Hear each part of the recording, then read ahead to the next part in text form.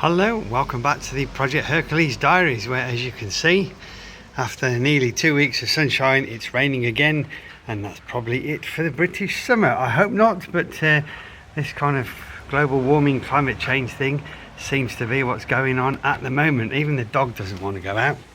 Do you want to go out? I'm going to the garden. You want to go out?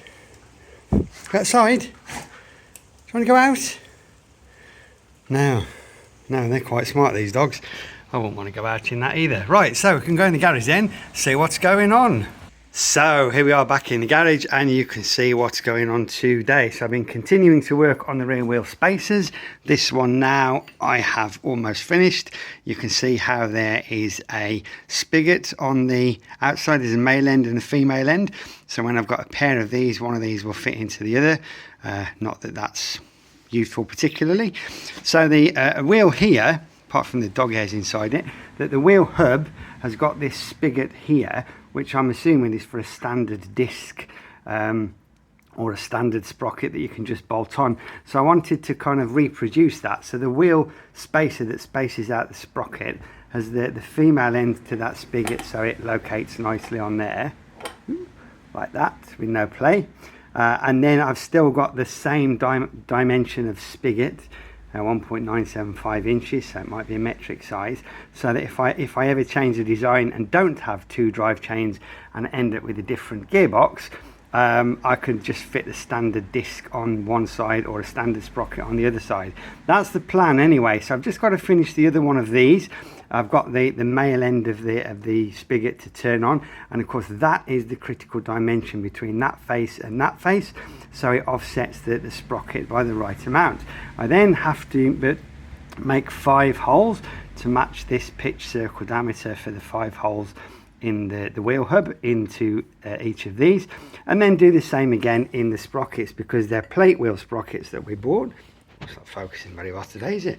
Plate wheel sprocket, so I'll have to open that out so it's a nice fit over the male spigot there, and equally drill the 5 holes in the right pitch circle diameter.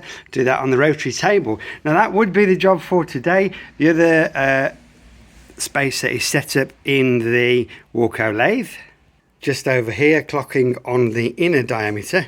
If I clock on the outer diameter, this isn't quite concentric, so I think it's important to clock on the inner diameter to turn down and make that spigot. And this one will be a little bit thinner than the other one, because they're not the same thickness on each side. There's a slight offset in the wheel and the gearbox.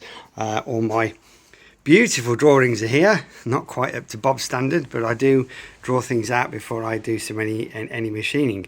So that's where we're at. But there is a but. There's always a but, isn't there? The Moto Guzzi handles like a coffee table on wet lino. I mean, it's never going to be a sports bike, but it is absolutely awful to ride. Far worse than it ever should be, especially in the wet. And I think there's 2 reasons for that. One is that the swinging arm bearings on the back are tapered bearings, and I think they need adjusting because there's about 10 mil of play in the back wheel.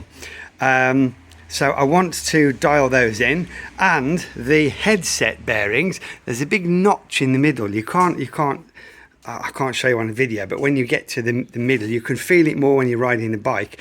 It's just a bit of a notch, and what I suspect is that the previous owner, who wasn't particularly well, had obviously ridden it through a storm. It was rode through a storm and just put away, and then stood for quite a number of years. So I think that perhaps a little bit of water ingress has got in or something, and there's just a notch in the original bearings at the dead straight position, right where you don't want it. So I could change the headset bearings, but it's quite a job because everything comes off the front end. You've got to get the bike off the floor. It is a bank holiday weekend this weekend, and that does mean that I've got 3 days off work rather than 2. So it would be a good time to do that, because this is now my only bike, having sold the Blackbird. But looking at the weather, there's not exactly a big rush, is there? So that's what I'm thinking of doing today, instead of finishing the wheel spacers. But it would be nice to get the spacers done, get the back wheel in the chop, weld on the front seat bracket, which I've been putting off for ages, so at least I can sit on it. What I decide to do, I will let you know as usual. Thank you for watching, and more updates will follow.